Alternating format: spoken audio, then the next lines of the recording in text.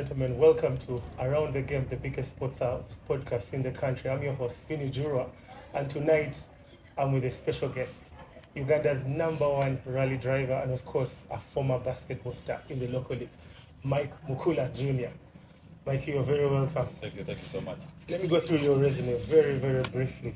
2022 National Sprint Champion, 2022 First Runners Up, Clubman Rally Championship, 2022 National Autocross Champion, 2024 Africa Rally Champion, then 2024 Overall Africa Rally Championship First Runners Up. I think the outstanding events are fourth overall 2024 Pearl of Africa Rally, second overall 2022 and 2024 Champion Sprint, second overall 2024 Rwanda Mountain Gorilla Rally, then fifth overall 2025 Mbara Rally, then Division 1 winner 2025 Mbara Rally. Yeah. Mike, you're very welcome. Thank you. Please, Thank you so much. please say something to the viewers. Thank you so much, viewers. Thank you for coming through. This is my personal friend Vinny. We used to play basketball together, and now I'm in a different discipline, motorsport, which is rally. And I'm trying to carry the success we used to have in basketball, and I'm trying to carry it to rally. And 2024, we represented Uganda in the Africa Rally Championship, and we won it. So we're very, very proud of that. Thank you so much. Mikey, to be honest, I had no idea you're this skilled in rally Yeah. driving. I'm too excited. I mean, I've watched lots of movies about rallies, and it's crazy. So I just want you to tell me, where did the love for rally come from? The love for rally typically started when I was a young boy, and it started from my dad. My dad used to race. He was a rally driver, and I would go. And like for any kid, your dad is like Superman to you. Yeah. So anything he gets involved in looks super. Yeah. He would tell me he was always number one. So in my mind, I was like, I have to do this one day. Yeah. And when the time came, I decided to do it. So how long have you been racing? So racing, I've actually been racing since 2022, and 2022 was quite a year. It was an epic year. Okay. We had the famous N12 and the Subaru N12 and N12B, and people loved it. The fans loved it. I loved the car so much, and we had such a legendary season that time. We were even challenging the big boys even that time. We never expected that. I mean, you're a basketball champion, so you switched from basketball to rally driving. I want you to tell me what made you retire from basketball and you picked rally driving. You've of course told us it's your dad and everything.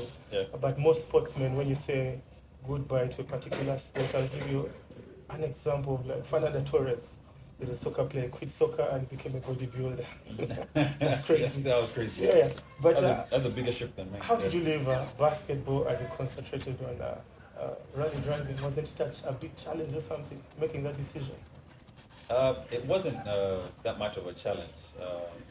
When I was leaving basketball, I was considering my son Sean, Sean. Yeah. yeah.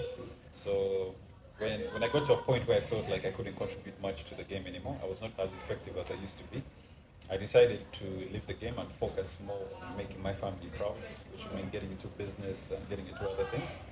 And then I also thought about, of course, my son. And I said that as and when I get that time, I'll teach him everything. I'll show him the skills. I still remember what to do. I mean, it's not because I'm in a car now. Yeah. I can't play basketball. I can still play. Yeah. So I felt like at that moment, it felt like the right time. I don't know why it just felt like the right time for me to step aside. So when I shifted to rally was just, I needed something. I'm such a competitive person. Yeah. I had developed these things for so many years, all these principles about dedication, hard work, and everything. And I needed to put it somewhere. And rally just seemed like the perfect fit because it's something I was also very passionate about. And it was something also within the family. So I felt like that should be, it wasn't going to be an easy shift, but at least since it was going to be a challenge, I decided to take on that challenge. Okay, I want you to take me through the first race. Yeah. Aye. How was it? I mean, take us to play by play, like to the viewers outside there. Let it be like a story. A story. I don't even need to make it a story. I think the viewers, if they're rally fans, they know the first race. The first race was in Ginger. It was called the Sexy Rally. Yeah. It was in Ginger in 2021. It was the last rally of the year. And wow, we had an epic race. I think every stage we got involved in, we had some kind of incident. So I had basically, I was with now my co-driver, who was Siraj Chambade, and we drove the sexy rally. And I think we were either naive or too excited. I don't know what it was. All I know is the mindset in the car was wrong. Yeah. So we got into the race, and I'm telling you, every stage we got involved in, we had an incident. I remember we came through the first section, we were driving well. I was committing in all the turns. I didn't feel like I was losing the car. So we got to a point where, for the rally fans, it's like a slow left. Yeah. And in the notes, I was too ambitious in the notes. So we came around, and we came around that particular corner, and we actually lost the car. So when I lost the car, I did something very naive, which I would, of course, I learned through experience. I slammed the brakes. So the tires locked, the rear kicked out, and I was a passenger from that point on. The car went off a bridge and just rolled. And we were on a roof. But it was a soft road, it wasn't like a quick road, it was really soft, and we were on a roof. I remember the marshal came up to me, he looked me in the eye, and he was like, Mike, do you still want to drive? I told him, yeah, I want to drive. He could see it in my eyes, I wanted to keep going. Yeah. So I was like, okay, let me ask people to roll the car back on. If you can find space before people go, you join the truck and go back. So yeah, they put the car back on its stop. I remember Siraji looked at me, and I was like, man, we have to go. Because in my mind, I was still in the race. No quitting. No quitting, no. Yeah. No. So we got back in the car and drove. And I remember people were, of course, the announcement had gone that we had rolled. Yeah. So people basically, they were happy to see that we were still in the race. Yeah. I remember my wife, that time she was my fiancée, the way they exaggerated the accident to her. Yeah. She was in tears, she was crying. She was worried. She was worried. Yeah. You know, it's my first race. We had, of course, that talk. I was telling her how this is my dream. I'm finally doing it. So when she saw the car, you know, from one moment she went from crying to being so happy. She was screaming, you know. So yeah, there were too many emotions. She was like, rally has too many emotions. Yeah. Yeah. So the next stage, we unfortunately we went off the road into water. I underestimated the water. So we went off the road. And then the third stage, we had an accident that just stopped the car. We were on the roof, and there was nowhere we were going after that. We came too quick in a corner again. But all those lessons, I picked out lessons, I saw where I went wrong. And from that point on, we came into 2022 ready for that year. So before we go into the different races you've been through, I just want you to tell us, I'm just going to ask you two questions. Yeah, sure. First of all, about your wife. I mean, Yeah. rally driving, I'll not say it's dangerous. I mean, I think one of the most dangerous sports is soccer. And rugby is actually not among the most dangerous. It's among the top 10, but it's not top 3 or something.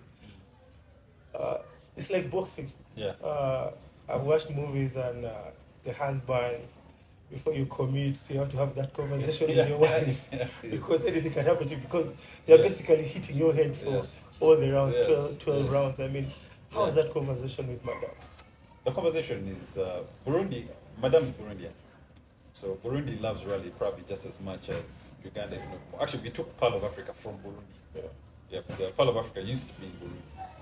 So having that conversation with Madame, she could tell there was nothing she was going to stop me from. I mean, I was already passionate. I had the support of my father. I had the support of my mom and the rest of my family. And all she could do was be supportive, which she has always been. She's always been very supportive. So we always have those talks. She always reminds me that you have a family to come back to. But I must go ahead to encourage people that rally is organized chaos.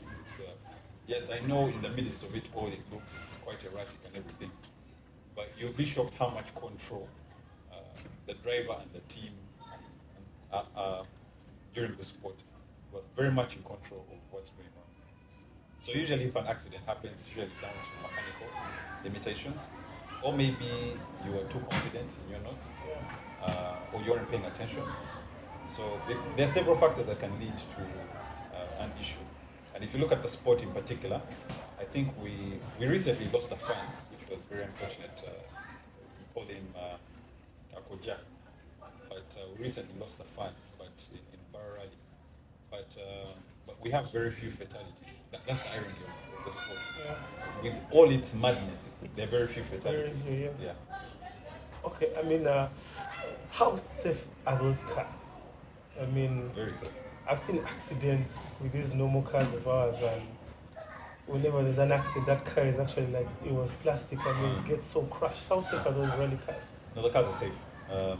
The cars are very, very safe. I would say there's no road car as safe as a rally car. If I could start maybe by describing what we wear. We wear fireproof wear, and it's about 3 layers of clothes. So it's also really hot. It's really hot, and each layer gives you about 45 seconds of direct fire. So if you have 3 layers, typically it's giving you about 2 minutes. So you could be unconscious, you could be in an actual blaze, but you save yourself. And I think if the viewers could go, there's a video of a Formula One driver who was seated in an actual fire. He crashed through a barrier, and there was an actual fire, and he managed to walk out of this fire. So we wear the same clothing. So when it comes to fire, we are very well protected. We also have helmets. The helmet, I think, has 4 layers, so it's really protected. We have the roll cage. The roll cage helps, it's in the definition, roll cage. So if you have a roll, it actually compresses the car. So the outer shell of the car will get damaged, but the occupants of the car will be okay. I had the famous incident, the accident in Uganda'S, where we actually ended up becoming runners-up on our way to winning the championship. But during that time when we were during that accident, you'll be shocked that actually we were very comfortable, as chaotic as it seemed. Yeah, as the accident seemed. But me and Edward, during that phase of the accident, we were safe. You know, we felt like actually we were in a cinema. We were just watching madness happening around us, but we were safe. We were safe, and the cars are built beyond strength. The tires are exceptional. They have a sidewall Kevlar, which is bulletproof. It's bulletproof. Yeah, the tire, yes. So they go through a lot. Kevlar. So, and then we have the roll cage, of course, like I mentioned. The suspension is about 4 times stronger than the normal suspension on a normal car. We are safe, and then we use nuts. We use nuts to go through, so we don't drive blind. I mean, let's talk about Dad. You say Dad has been very, very supportive. He's a captain. That means he's used to speed and everything. Yes. How supportive has Dad been, like, in your running, driving journey? No, he's been beyond support. I would not even call him Dad. I would call him soccer mom. You know, he's been very supportive. He's the type of guy who gets involved. He calls me before the race, during stages, in between. I think he stops everything he's doing and literally just focuses on what's going on in the race. I'm shocked that when I get back to service, I find that he has spoken to everyone in service. I mean, I felt like I felt like I had his full attention. But he's extremely supportive. Whenever I need him, he comes around. If I need some support, he gave me the car. That's the level of support he gave me. He gave me the car and told me, Mike, this is your car. But like a father, he told me, you have to maintain it. So it's me who maintains the car, which is, I wish we had done the deal the other way around. But he gave me the car. And what he does also is, from time to time, he chips in. And he's very helpful. And he guides me. Him being a former rally driver, he also advises me what to do. So I can't ask for more. It's beyond a blessing. I mean, he used to be a rally driver too. Yeah, he used to be a rally driver. He drove one of the first Celica GTAs GT4s in Uganda. It was a Group A. Just about what year was that? That was as soon as Carlos Sainz had won the championship. I think 1993 or 94. He brought in the Celica, and it was a big car at that time. It was a big car. He was one of the first people to bring in that Celica. But then later on, the Moses Lumalas and the Emma Katos, Charlie Vega, Karim Hiliji, they all drove it. Gerard Kidu, they all drove the Celica, the newer versions. But he was the first one to bring that version that won the championship in those two. So he's also a champion? He didn't manage to win a championship. I decided to do that for him. Anyway, so let's go through your first championship. I mean, I think that was in 2022, the National Sprint Championship. Yeah. How was that? Can I call it a tournament or something? Yeah, you could almost say it's a tournament. It's a sprint championship, so it's almost like a tournament of sorts. Okay. So typically, what a sprint is, you're in a secluded area, in a particular location. So you drive within what fans can see, and you get from one point to the next, but it's all within. So usually, it's from where you start, you actually stop from that point, but you go around. Many fans usually find us even on a double circuit. So at that point in time is actually when the reason that championship is quite exceptional is because most drivers usually put themselves to the max. Yeah, in the route we don't drive to the max, we're usually at about 70%. But on a sprint we usually take the car close to 90 to 100%. So at that point, that's usually something where you see the performance of the car. That's where you see the skill of the driver. That's where you see, because sprints usually tend to be a bit difficult. The organizers try to make it a bit twisty. So if you miss one turn, you've literally lost everything. So the reason that National Sprint Championship means it's a championship I keep dear to my heart. It's because that was the first year. The sprints were used to be one of my favorite things, I remember in rally. And to go against the likes of the Sebuguzis, that time we won it from Sebuguzi, from Byron, and I can't remember who else. I think it was Mark De Vega also that time. So to have been in the conversation with such people who are champions, and to be in your first year, and then you win the sprint championship, I mean, that was something. To me, that was humbling. That was icing on the cake. So after that first championship, what did you have in mind? I mean, did you rearrange your goals as a rally driver? I guess unfortunately, that time we had actually shifted to the 14. We had plans to be in the 12 for some time. Yes, we had to rearrange because now coming into the 14 is a completely different car, different driving style. The irony is it's a rally car, yes, but everything is different. The technology in the car is different, the way it performs is different, the way it accelerates, the way it brakes, everything is different. So we had to reevaluate how we were going to approach the coming years. And I remember the next year we decided to take a sabbatical because we had invested too much, 2022. So we tried to make a comeback last year. So 2023 we just drove maybe part of Africa. Then last year that's when we focused on the ARC. Okay. Yeah. Tell us about your most challenging championship or race. So my most challenging championship or race, I'll probably give it to two races. Challenging, I would say, it was the one which we lost in Rukunjiri. The one which we lost in Rukunjiri was so painful because we were about 5 kilometers from the end, from the finish. All we needed to do was finish last. Yes. You know, even if we had literally crawled our way to the finish, we would have been champions. So that was the most painful and the most challenging. And we had not had any incident the whole year. And this was our first incident, and it was so big and so detrimental. The other thing I would also give too is also the one we had recently in Barra.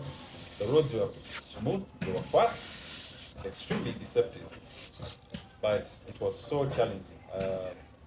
I was literally at the garage and we were looking at the suspension system, and it's like it broke everything. You know, so it was so hard on us. It was so hard on me, the driver. I had to, I think I have to increase my gym. I'm shocked actually because I thought the race was actually going to be smooth. So yeah, those would probably be my most challenging races. I mean, in 2024, that's last year, you were the first runners-up Africa Rally Championship. Yeah. How was that championship? So the first runners-up. I'm sure you were with the top rally drivers in Africa, right? Yes, we were. Yeah. How was it?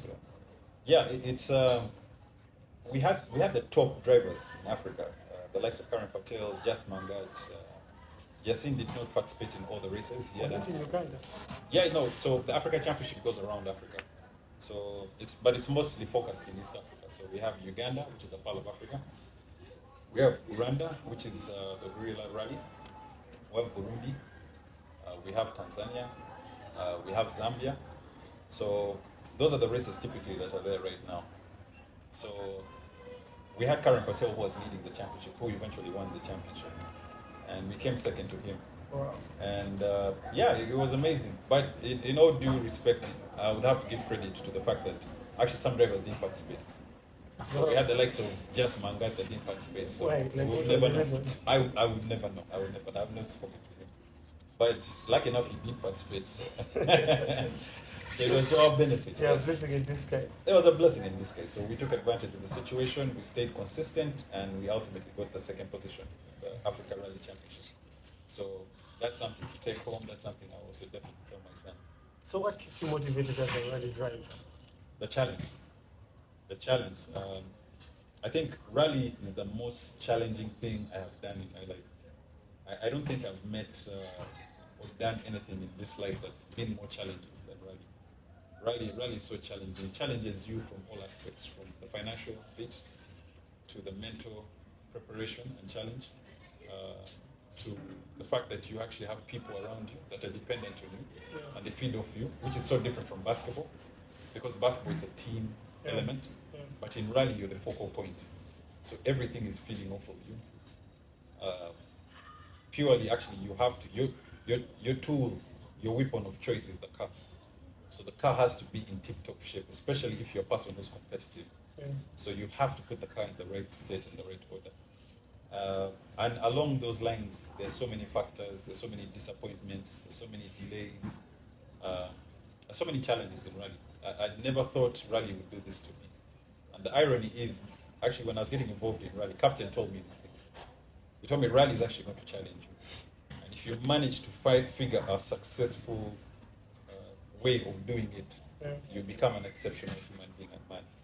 And it will humble you, but you'll definitely be successful in life. So I hope so far I'm making him proud. I think you're definitely, I mean, your reason says it all. Before we proceed, I know you for being a team player. I mean, I know you used to play number 3, number 4, number 2. But you're more of a point guard on the basketball court. I don't think scoring is always the first option, like to you. And I know you work with someone, your co-driver. Why did you pick him? I mean, you said he was called Siraj. Yes, Siraj. Why did you pick Siraj? I think who people know more is Edward Chinji. I picked Siraj because we have a connection. Apart from, see, one thing about rally is the chemistry. Chemistry is very important. You're literally in a relationship, and the relationship that you have, you must understand each other. You must know when to stay calm. You must know when to raise the temperature. There's a balance you have to strike, because you're seated in a car that's going close to 200 kilometers per hour. And you guys must have the rationale to do the right thing, because so much goes on inside. Both of you are emotional about the situation. One might be more, one might be less. But you have to strike that balance. Within that situation, you have to deliver a result. And not only do you have to deliver a result, you're forced to drive this car fast. But not only are you forced to drive it fast, but you have to take care of the car. Because you have more stages, you have more races. So there's a critical balance you people have to have, and the chemistry must be there. You guys must have the same thinking into what's happening. So how I take my notes is different from how another driver does. Most of the navigators I've been with, they say I'm very difficult to navigate because of the style of notes I need. They're different. So, but I'm sure most of the top drivers who go and get good results, I'm sure they're not the easiest to navigate. But to find that person, like how I found Edward, I was lucky enough to find Edward, and he's been a lucky charm. He's actually the gentleman I've won most of these championships with. And now I'm with Siraj, so we are definitely going to write our names in history also. Of course, and already. maintain the championship mindset. So I'm lucky enough to have people like those who I can call my friends and my brothers. That's wonderful. I mean, before we go into a break, what are your goals for the upcoming seasons? And as a rally driver, what do you want to achieve? I want to win the NRC championship, the National Rally Championship. That's why I'm back. We originally wanted to focus on the ARC, which was the Africa Rally Championship, but we spoke to our sponsors, and everyone is telling us to go for it. So we're going to come, we're back here home, we're going to focus on the National Rally Championship, so people should watch this space. I mean, ladies and gentlemen, you've had it, that has been Mike Mukula Jr., Uganda's #1 rally driver. Let's get into a very short break. I'll see you in a little while.